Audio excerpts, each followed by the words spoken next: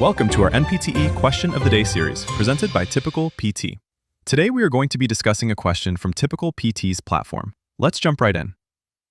The question reads, a 23-year-old swimmer diagnosed with proximal muscle weakness presents to the physical therapy clinic for strength and endurance training. During the history, the patient reveals that he has been dealing with the following symptoms: flushed skin, bradycardia, cold intolerance, and vomiting.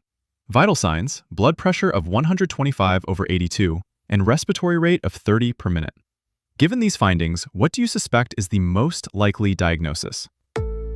A. Hyperthyroidism. B. Swimmer's infection. C. Hyponatremia.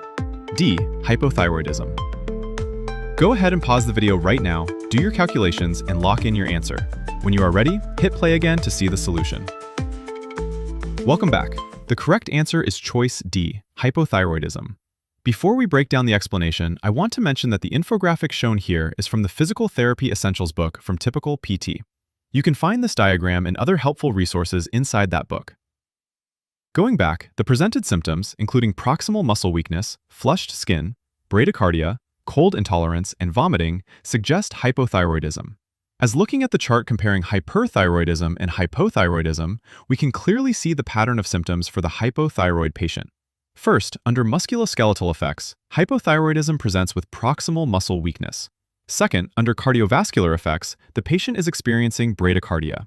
Third, under temperature tolerance, the patient is presenting with cold intolerance. These core symptoms perfectly align with the patient's presentation, making hypothyroidism the most likely diagnosis. The increased respiratory rate, RR30 per minute, could also be indicative of myxedema coma, a severe manifestation of hypothyroidism. Now, let's look at why the other options are incorrect. A. Hyperthyroidism is incorrect as the symptoms described align more with hypothyroidism, not hyperthyroidism. Hyperthyroidism typically presents with symptoms such as weight loss, heat intolerance, and tachycardia. B. Swimmer's infection is incorrect, as it is not a recognized medical condition associated with the described symptoms. C. Hyponatremia is incorrect. While hyponatremia can cause some of the symptoms, such as vomiting and increased respiratory rate, it is not likely to cause bradycardia or cold intolerance. Now that you've gone through this case, take a moment to jot down all the key points in your Typical PT digital notebook. Use it to organize your notes, highlight concepts you found confusing, or mark areas you want to review later.